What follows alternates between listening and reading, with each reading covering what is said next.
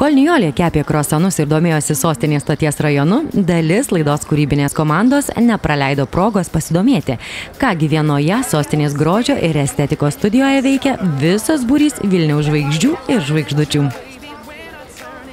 Pasirodo, gausybė žinomų veidų čia atviliojo norą sužinoti, kaip padailinti savo kūno formas naujais novatoriškais išradimais. Pirmasis mintimis apie išvaizdos svarbą sutiko pasidalinti aštrialiežuvis žurnalistas Saugirdas Vaitulionis.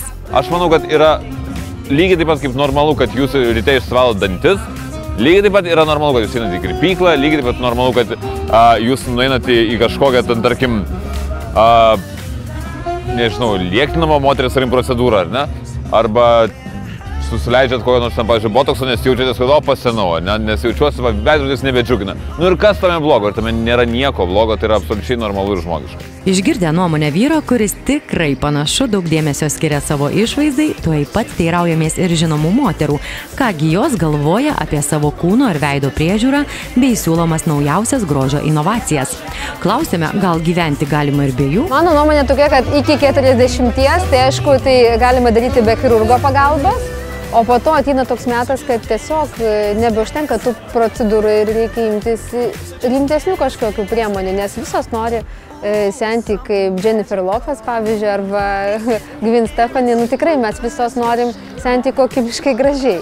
Na žinoma, šį vakarą labai įdomi ir mūsų Lietuvos primadonos Justės Arlauskaitės džiazų nuomonė, nes būtent ji buvo pirmoji išbandžiusi šiame renginyje pristatytą naujieną Lietuvoje riebalų skaidymo procedūrą. Buvo labai šilta ir nebuvo absoliučiai jokių neigiamų kažkokių pojūčių, nebuvo pasiekmių kažkokių tai neigiamų, absoliučiai lyg nieko nebūtų įvykę.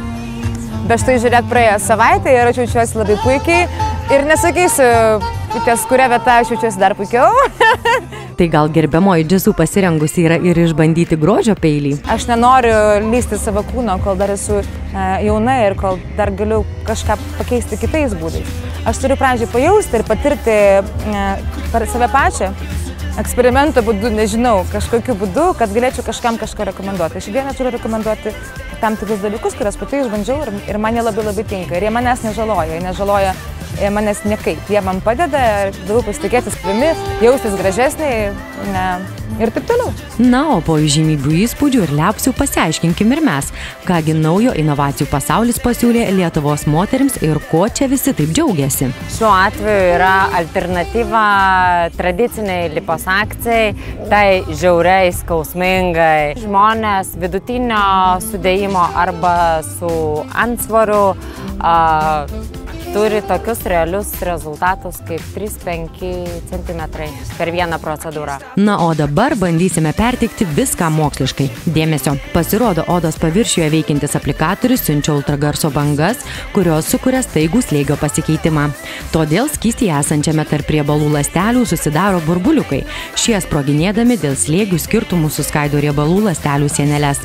Skirtingai nuo tradicinės liposakcijos, ši procedūra yra saugi, nes nesukelia audinių pažeidimo, todėl nėra jokio gyjimo periodo. Tad žvaigždės po procedūros jau kitą dieną gali mėgautis šlovės scenoje.